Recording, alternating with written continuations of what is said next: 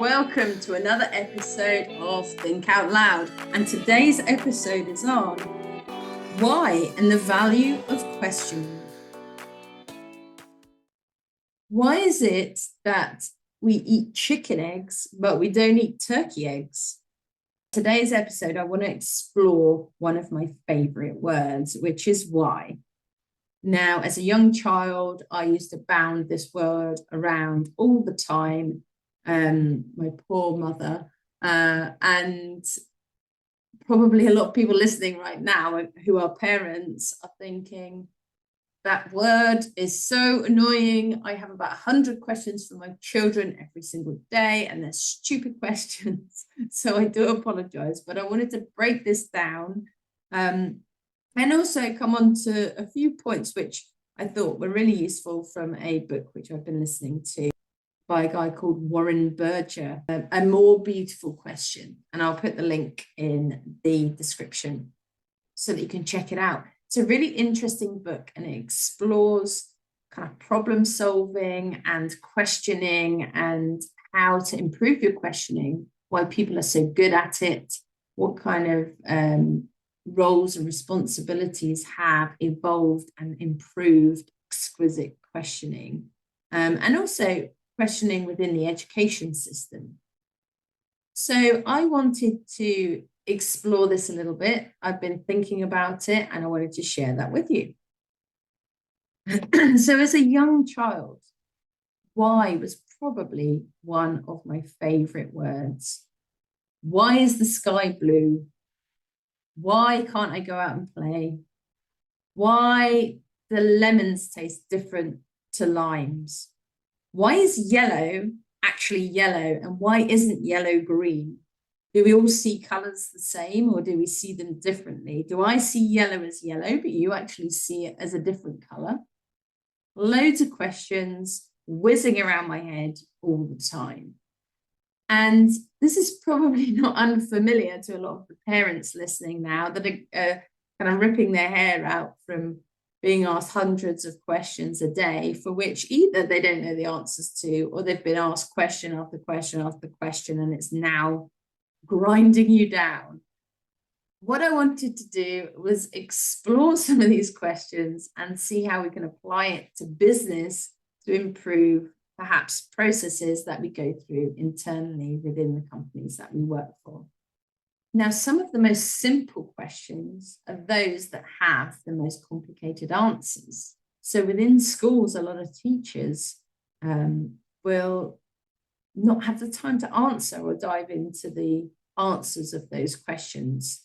They've got their criteria that they need to teach within that day, and they don't have time to answer every kid's question about everything that they're talking about, whether it be that day or the next or the next or the next. And in this book that I mentioned by Warren Berger, he talks about that and how someone is trying to change and shift that process by allowing children to ask more questions. And the reason being is that it actually progresses their knowledge, and they often are really good questions. Now, as you get older, you tend to, for whatever reason, stop asking so many questions. So it may be that you're in the workplace and you're a good employee. You know, you're a solid pair of hands, you get on with your job, you don't rock the boat, and you don't actually ask that many questions. In fact, maybe you don't ask any questions at all. And you're seen as getting on with your job and doing well, but you maybe never get as far as you could possibly get. And the reason for that is because questioning can often help us to progress. It often makes us stand out. It differentiates us from others. Now, I've used the word why for as long as I can remember, but maybe not as much as I should have. And as I say, children ask many more questions than adults do. Now, when I joined Digital Clarity 20 years ago, when I say that out loud, it makes me feel really old. So let's maybe wipe that bit out when I edit. When I joined Digital Clarity a few years ago, the owner and founder of the company, Reggie James, always taught me to question why. And that has stuck with me forevermore.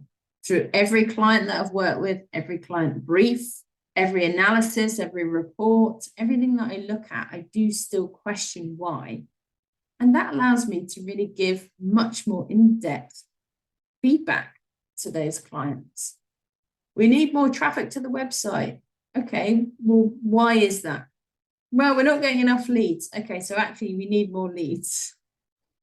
It's about asking the right questions at the right time without being annoying also, because I'm conscious that sometimes I can maybe be irritating with the number of questions that I do ask. Every instance of clients, I use the question why. Everyone that I've trained, I try and instill that in them to ask the question why. And in fact, so much so that one of the employees that we had many years ago now, she went on to do other things. She went to go client side and worked for an insurance company. And I remember bumping into her at an event at Brighton SEO, which is a big SEO event that a lot of people travel far and wide for. Now, at this event, she was doing a talk. And beforehand, we had a chance to catch up and have a chat. And she was talking about how she'd won Employee of the Year that year.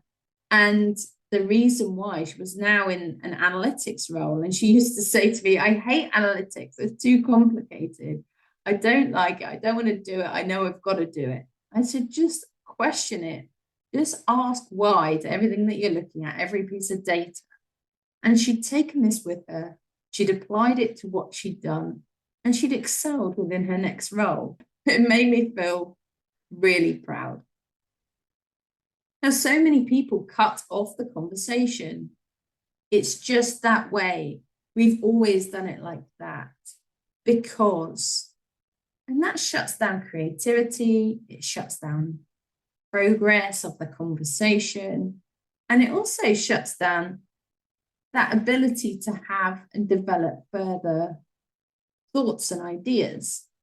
So in this book, A More Beautiful Question, which I think is a great title, by the way, Berger raises the fact that designers, engineers, architects, all the kind of problem-solving roles, the one common denominator that they have is that they all ask exceptional questions. And he explains a theory that is called the 5 whys. And this theory or method or process, if you like, is a way of delving into the problem much further than you might first take it. So I wanted to go through an example within a business, something that comes up quite a lot within conversations with businesses that I speak to. And it may be something that might be of use or something that you can take away and try yourselves. So let's give it a go. Why is your business not doing as well as it should or could be doing? Because we're not getting enough leads. Okay, why are you not getting enough leads? Well, it's actually because they're poor quality.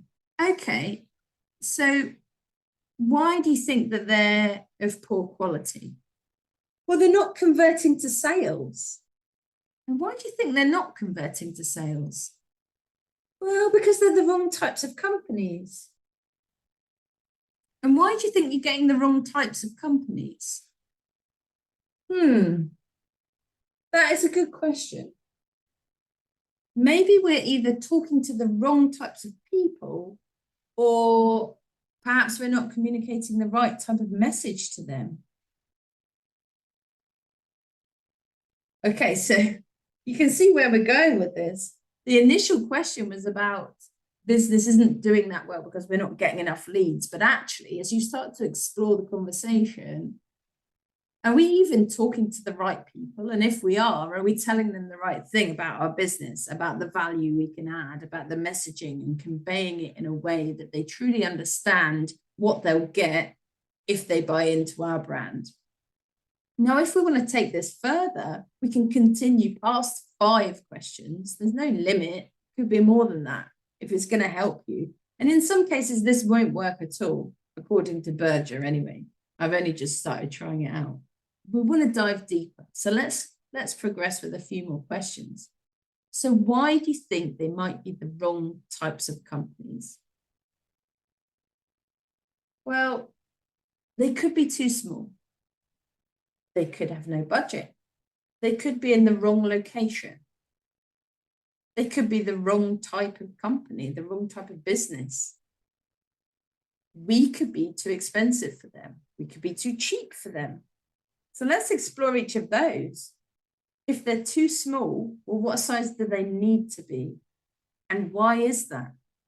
If they're not ready to buy yet, what's their buying process? When will they be ready? And how do we ensure that we're on the list when they are ready?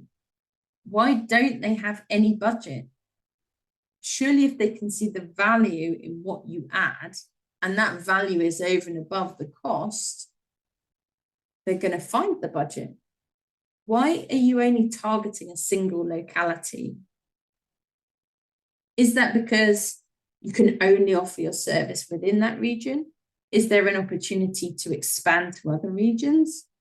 Or maybe if the case is that you are very focused and you don't want to expand outside of that locality, that you can look at ways of partnering with other businesses that facilitate those other locations. And rather than losing the leads and shutting them off, you can sell them or have some kind of partnership deal with other businesses and create a stronger force, and also make sure that you're not losing leads, but you're perhaps passing them along.